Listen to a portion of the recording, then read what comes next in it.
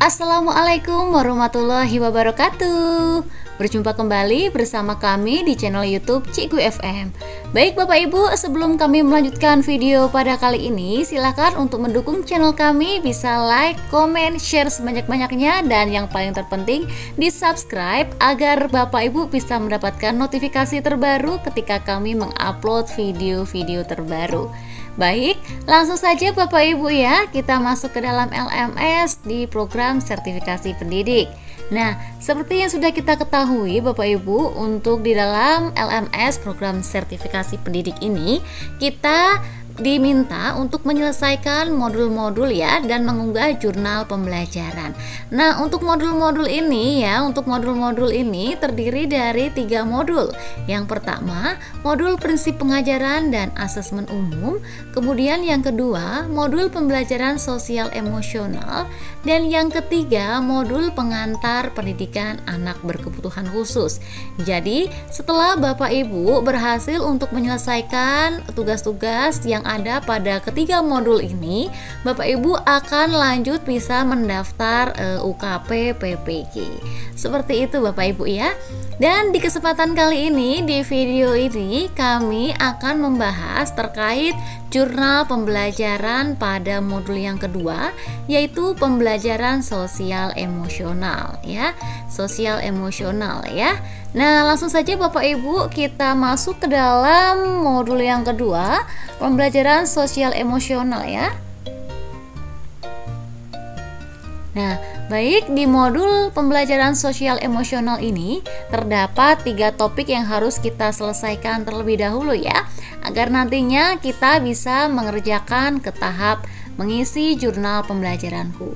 Jadi setelah Bapak Ibu selesai melakukan aktivitas-aktivitas yang ada pada ketiga topik di modul yang kedua ini, Bapak Ibu akan lanjut untuk mengerjakan post-test ya. Di sini ada 3 post-test ya yang harus Bapak Ibu kerjakan. Selanjutnya baru bisa mengerjakan jurnal pembelajaran.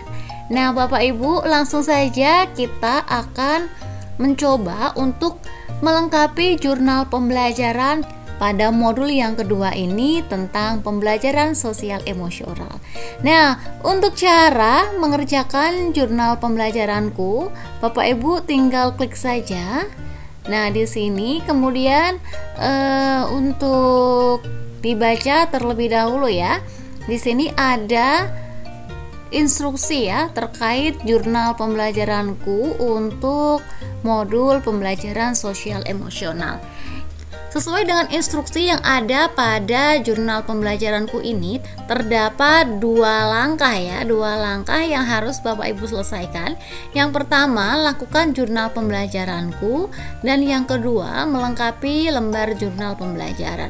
Jadi Bapak Ibu harus langkah pertama melakukan jurnal pembelajaran. Nah, di sini bisa mengklik selengkapnya ya untuk mengetahui secara detail apa yang bisa kita lakukan pada jurnal pembelajaranku ini. Nah, ini adalah instruksinya Bapak Ibu ya untuk mengerjakan jurnal pembelajaranku pada modul pembelajaran sosial emosional. Di sini diinstruksikan bahwa kita diminta untuk menuliskan hasil refleksi pengalaman yang paling bermakna. Jadi Bapak Ibu diminta untuk menuliskan refleksi terhadap pengalaman yang paling bermakna versi Bapak Ibu untuk diunggah di jurnal pembelajaran. Nah, ini Bapak Ibu ya, di sini kata kuncinya ya. Kata kuncinya adalah hasil refleksi pengalaman paling bermakna ya, versi Bapak Ibu sendiri ya. Nah, ini adalah kata kuncinya Bapak Ibu. Jadi yang nanti yang di-upload bukan modul ajar, bukan RPP atau video pembelajaran, tapi hasil refleksi pengalaman yang paling bermakna versi pribadi. Seperti itu Bapak Ibu ya. Dan di sini ada ketentuan untuk mengunggahnya ya. Ada beberapa ketentuan untuk mengunggah jurnal pembelajaran. Nah, perlu diingat bahwa yang pertama, untuk jurnal pembelajaran sosial emosional ini, yang pertama Bapak Ibu ya, sesuai dengan kata kuncinya tadi, memuat tulisan refleksi pengalaman bermakna. Ini yang pertama. Jadi memuat tulisan refleksi pengalaman bermakna. Yang kedua yang harus kita lampirkan dalam jurnal pembelajaran adalah menyertakan hasil umpan balik dari mitra. Misalkan bisa peserta didik atau guru atau kepala sekolah atau mitra lainnya.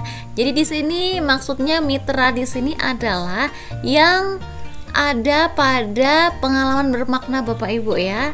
Jadi di sini mungkin bisa sebagai objek tambahan ketika Bapak Ibu itu menceritakan pengalaman bermakna Bapak Ibu. Tentunya ketika kita itu menceritakan terkait pengalaman bermakna, hubungannya bukan dengan diri sendiri ya, pasti ada objek-objek lainnya ya, ada subjek-subjek lainnya. Nah, itu yang dimaksud dalam mitra tersebut, begitu ya. Nah, di sini yang ada di subjek atau objek dalam refleksi pengalaman bermakna Bapak Ibu itu nanti dimintakan umpan balik ya dari mitra tersebut, begitu. Nah, di sini ya yang terlibat dalam pengalaman belajar tersebut. Jadi objek-objek yang ada pada pengalaman bermakna Bapak Ibu ya, begitu. Kemudian yang ketiga yang harus dilampirkan ya adalah dokumentasi foto terkait pengalaman yang bermakna tersebut. Jadi di sini tidak harus Bapak Ibu ya untuk keterangannya di sini jika ada. Lebih bagus ada dokumen fotonya ya. Kalau ada.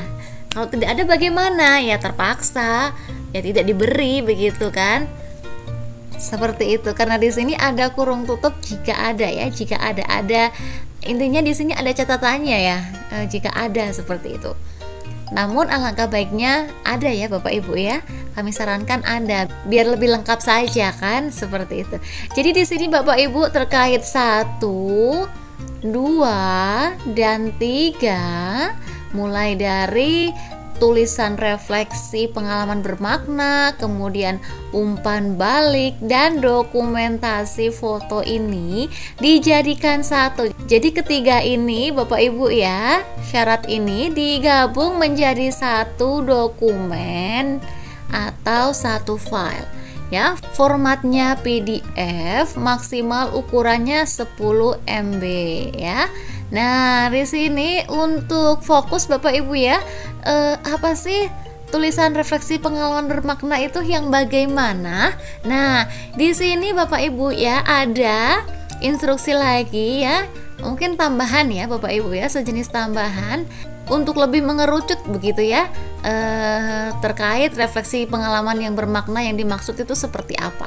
Nah, di sini terkait pengalaman bermakna ya, yang harus kita cantumkan di sini adalah yang selaras dengan minat Anda. Jadi hasil refleksi pengalaman yang bermakna versi Anda itu bisa berarti sebuah pengalaman yang selaras dengan minat Anda ya. Minat Anda sebagai seorang guru mungkin memiliki minat yang lain dalam dunia pendidikan, atau mungkin minat Anda untuk menjadi guru yang dicintai oleh anak-anak begitu, atau yang lainnya ya. Jadi di sini harus selaras dengan minat Anda, begitu. Kemudian di sini selanjutnya refleksi pengalaman yang bermakna di sini bisa berarti memberikan momen aha yang besar. Jadi di sini momen aha itu sejenis coaching klinik Bapak Ibu ya, seperti memberikan bimbingan kepada seseorang yang memang sedang menghadapi permasalahan, begitu. Bisa dengan peserta didik, bisa dengan rekan sejawat ataupun kepala sekolah begitu ya. Nah, seperti itu Bapak Ibu. Dan yang terakhir di sini pengalaman bermaknanya bisa berarti yang menguatkan tujuan. Yang menguatkan tujuan dan nilai-nilai pribadi sebagai seorang pendidik. Jadi di sini nilai-nilai seorang pendidik itu tentunya ada Bapak Ibu ya. Nah, disitulah nilai kita sebagai seorang pendidik dan tujuannya itu kita fokuskan, kemudian kita kuatkan ya. Kemudian kita refleksikan sebagai pengalaman bermakna. Seperti itu Bapak Ibu ya. Dan jika Bapak Ibu sudah menuliskan refleksi pengalaman bermakna, kemudian melampirkan umpan balik, dari orang-orang yang terlibat dalam pengalaman bermakna tersebut dan ditambah dengan dokumentasi berupa foto, silakan nanti bisa langsung diunggah di jurnal pembelajaranku pada modul yang kedua. Jadi Bapak Ibu, sebenarnya di dalam jurnal pembelajaranku tidak perlu takut kalau itu salah, tidak perlu takut itu kurang maksimal ataupun bagaimana begitu ya, ada kekurangannya atau bagaimana. Yang penting itu mengirim Bapak Ibu ya. Tidak ada kata benar, tidak ada kata salah. Yang penting itu mengirim, selama yang dikirim itu sesuai dengan ketentuannya, yaitu berupa refleksi pengalaman yang paling bermakna versi Bapak Ibu sendiri ya. Bukan plagiat, bukan mencontek, bukan copy paste ataupun mengganti background milik orang lain atau Google begitu ya. Nah, di sini tidak perlu takut Bapak Ibu untuk pengerjaan jurnal Bapak Ibu itu salah atau keliru begitu ya. Selama yang Bapak Ibu tuliskan di dalam jurnal tersebut itu memuat ketiga ini ya. Ketiga ketentuan yang ada saat mengunggah jurnal pembelajaran. Nah, di sini ada 3 Bapak Ibu ya. Jadi tidak perlu takut jika sudah memuat 3 tersebut dan bukan plagiasi. Begitu. Terkait isi dari refleksi ini berbunyi bagaimana, nyambung atau tidak begitu ya, nanti biarkanlah divalidasi oleh sistem ya. Yang penting isinya itu refleksi pengalaman bermakna versi pribadi, tidak plagiat, tidak Google, tidak copy paste begitu ya. Ini benar-benar pure dari pengalaman pribadi ya, ditulis sendiri begitu. Nah, mungkin itu adalah penjelasan terkait jurnal pembelajaranku dalam ketentuan mengunggah jurnal ya. Nah, seperti biasa Bapak Ibu, di channel kami selalu memberikan referensi ya. Di sini adalah referensi ya. Referensi untuk pembuatan jurnal pembelajaran sosial emosional. Nah, langsung saja Bapak Ibu, kita masuk ke referensi pembuatan jurnal pembelajaranku modul yang kedua, pembelajaran sosial emosional. Nah, ini adalah salah satu jurnal pembelajaranku ya, yang sudah dibuat dan diunggah di LMS sertifikasi pendidik. Nah, di sini yang pertama tentunya kita memberikan identitas diri terlebih dahulu ya, atau biasa kita disebut sebagai cover begitu. Jurnal pembelajaranku, pembelajaran sosial emosional modul kedua. Atas nama siapa, dari SD mana, bisa ditambahkan juga dengan nama LPTK ataupun nomor UKG begitu ya. Nomor mahasiswa juga bisa ya. Seperti itu. Lanjut untuk yang dipilih untuk jurnal pembelajaranku tadi ya, karena tadi di LMS ada kriteria ya terkait penulisan hasil refleksi pengalaman bermakna ya. Bisa selaras dengan minat, bisa momen aha yang besar, bisa menguatkan tujuan nilai pribadi sebagai seorang pendidik. Nah, di sini untuk direferensi kami memilih yang memberikan momen aha yang besar. Begitu Bapak Ibu ya. Ini kami memilih yang kedua ini, memberikan momen aha yang besar. Nah, langsung saja Bapak Ibu ya. Dan di sini judul refleksinya kita memilih tadi momen aha ya, momen aha yang besar. Di sini momennya itu melakukan aha untuk siswa yang sering terlambat ya dan jarang masuk sekolah. Nah, itu momen ahanya ya. Nah, untuk refleksinya di sini berbunyi, setiap guru pasti menghadapi tantangan yang berbeda-beda dengan siswa mereka. Namun, salah satu pengalaman yang paling bermakna bagi saya adalah ketika berhasil memberikan momen aha kepada salah satu siswa kelas 5 yang mengalami permasalahan dalam jarang berangkat ke sekolah dan sering terlambat. seperti itu. Siswa ini sebut saja namanya Vira. Seringkali absen dan kalaupun hadir, dia selalu datang terlambat.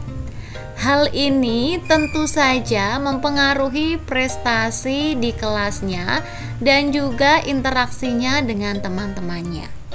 Saya menyadari bahwa untuk membantu Vira, saya harus memahami akar permasalahan yang dihadapinya. Saya mulai dengan pendekatan personal, berusaha untuk berbicara dengan Vira secara langsung dan mencari tahu alasan di balik ketidakhadirannya. Ternyata Vira berasal dari keluarga yang kurang mampu dan dia harus membantu orang tuanya bekerja sebelum berangkat ke sekolah. Ini menjadi beban besar bagi anak seusianya dan mengakibatkan dia sering terlambat dan kelelahan. Setelah memahami situasi Vira, saya mulai merancang strategi yang bisa membantu dia. Pertama, saya berdiskusi dengan kepala sekolah dan tim guru lainnya untuk mencari solusi yang tepat. Kami memutuskan untuk memberikan dispensasi kepada Vira, memperbolehkan dia datang sedikit terlambat tanpa mendapatkan sanksi, serta memberikan tugas tambahan yang bisa dikerjakan di rumah untuk mengejar ketertinggalannya. Selain itu, saya juga berusaha untuk memberikan motivasi kepada Vira. Saya sering memberikan pujian dan penghargaan kecil ketika dia berhasil menyelesaikan tugas atau datang tepat waktu. Saya ingin Vira merasakan bahwa usaha kecilnya dihargai dan penting bagi kami. Nah, untuk puncak dari upaya ini terjadi ketika suatu hari Vira datang tepat waktu dan dengan senyum lebar di wajahnya. Saat itu, saya memutuskan untuk memberikan momen aha yang besar untuknya. Di depan kelas, saya memberikan apresiasi kepada Vira atas usahanya yang luar biasa dan menceritakan perjuangannya kepada teman-temannya. Saya berharap momen ini bisa memotivasi tidak hanya Vira, tetapi juga siswa lainnya untuk saling menghargai dan saling membantu satu sama lain. Perubahan pada diri Vira pun mulai terlihat. Dia lebih sering hadir di sekolah, lebih percaya diri, dan prestasinya perlahan mulai membaik. Momen aha ini tidak hanya memberikan dampak positif bagi Vira, tetapi juga mengajarkan saya tentang pentingnya memahami setiap individu dengan lebih mendalam dan memberikan dukungan yang sesuai dengan kebutuhan mereka. Baik Bapak Ibu, refleksi ini mengingatkan saya bahwa setiap siswa memiliki cerita dan tantangan mereka sendiri. Sebagai seorang guru, tugas kita bukan hanya mengajar mata pelajaran, tetapi juga menjadi pendukung, motivator, dan pelindung bagi mereka. Dan ketika kita berhasil memberikan momen aha kepada siswa kita, itu adalah hadiah terbesar yang bisa kita dapatkan sebagai seorang pendidik. Seperti itu Bapak Ibu untuk hasil refleksi pengalaman bermakna untuk bisa dijadikan referensi ya. Nah, di sini jika Bapak Ibu memilih momen bermakna yang besar bagi Bapak Ibu, silakan bisa mengambil ide dari permasalahan yang ada di kelas Bapak Ibu. Misalkan kalau ini tadi kan anak yang jarang berangkat ya dan terlambat.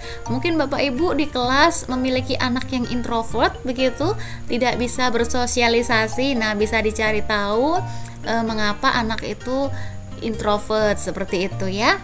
Nah, dan diberikan momen AHA. Nah, mungkin Bapak Ibu pernah melakukan momen AHA tersebut ya secara tidak langsung ya, namun tidak tahu bahwa yang Bapak Ibu lakukan itu adalah momen AHA. Nah, di sini bisa diceritakan, bisa direfleksikan.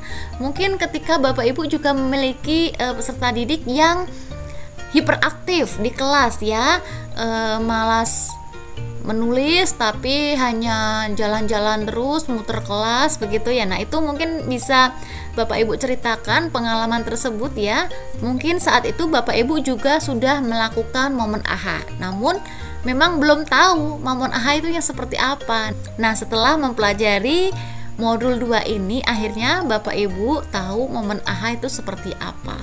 Oh, ternyata saya sudah pernah melakukannya. Nah, silahkan diceritakan di refleksi ini, begitu Bapak Ibu ya. Nah, selanjutnya tadi setelah kita menuliskan refleksi pengalaman bermakna Bapak Ibu ya. Nah, setelah menuliskan refleksi pengalaman bermakna, menyertakan hasil umpan balik dari mitra. Nah, di sini tadi karena objeknya itu peserta didik Bapak Ibu ya, jadi umpannya itu dari peserta didik. Nah, ini adalah umpan balik dari peserta didik. Sebut saja tadi namanya Safira ya Bapak Ibu ya. Nah, di sini adalah umpan balik yang dilakukan oleh Safira. Jadi di sini Bapak Ibu kami ketik sendiri di sini dengan menggunakan bahasa kami, karena untuk umpan baliknya itu kami ada 2 jenis Bapak Ibu, secara lisan dan juga tertulis. Karena biasanya kalau umpan balik itu kan anak-anak lebih bisa terbuka ya, mereka akan membicarakan apa yang mereka rasakan secara lebih terbuka begitu, tidak ada batasan bahasa yang mereka tuliskan. Nah, berbeda lagi jika memberikan umpan balik secara tertulis begitu. Nah, untuk di umpan balik ini kami melampirkan 2 jenis. Jadi secara lisan itu kita olah sendiri bahasa peserta didik tersebut, kemudian secara tertulis. Nah, jika secara tertulis Bapak Ibu cukup memfoto ya atau men-scan lembar umpan balik tersebut, kemudian di merger atau dijadikan satu dengan refleksi pengalaman bermakna Bapak Ibu tersebut begitu, yang ada di atasnya tadi Bapak Ibu ya. Nah, gitu Bapak Ibu ya, semoga bisa dipahami ya. Selanjutnya setelah tadi menyertakan umpan balik, selanjutnya ketentuannya itu menyertakan dokumen berupa foto ya terkait pengalaman bermakna jika ada. Nah, di sini kebetulan ketika kami saat itu mengcoaching ya atau memberikan momen AHA kepada peserta didik tersebut, kami foto begitu sebagai kenang-kenangan saja. Jadi ada ya di galeri begitu. Nah, ini adalah foto-fotonya ya. Kami ambil beberapa begitu dokumentasinya. Nah, seperti ini Bapak Ibu.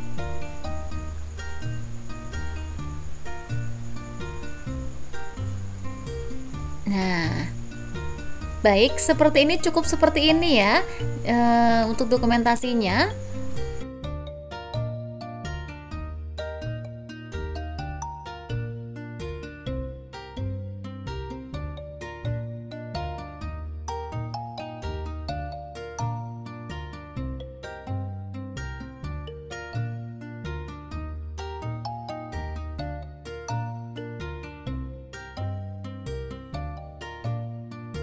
Begitu Bapak Ibu ya untuk terkait pembuatan jurnal pembelajaranku pada modul yang kedua, pembelajaran sosial emosional. Semoga bisa dijadikan referensi Bapak Ibu dalam pembuatan jurnal di modul yang kedua ya.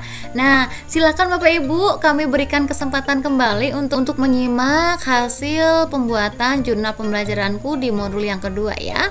Nah, silakan Bapak Ibu untuk urutannya bisa diperhatikan ya.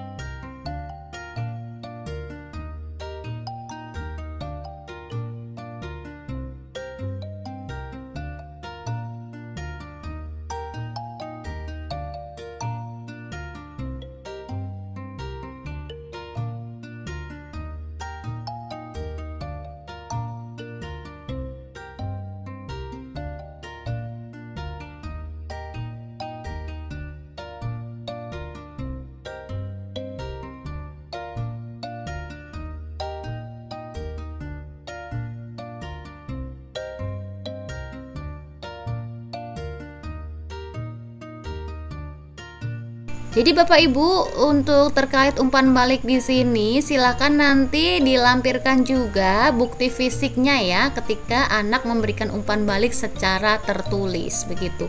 Nanti bisa dilampirkan setelah Bapak Ibu membuat umpan balik secara lisan ini ya, menggunakan bahasa Bapak Ibu.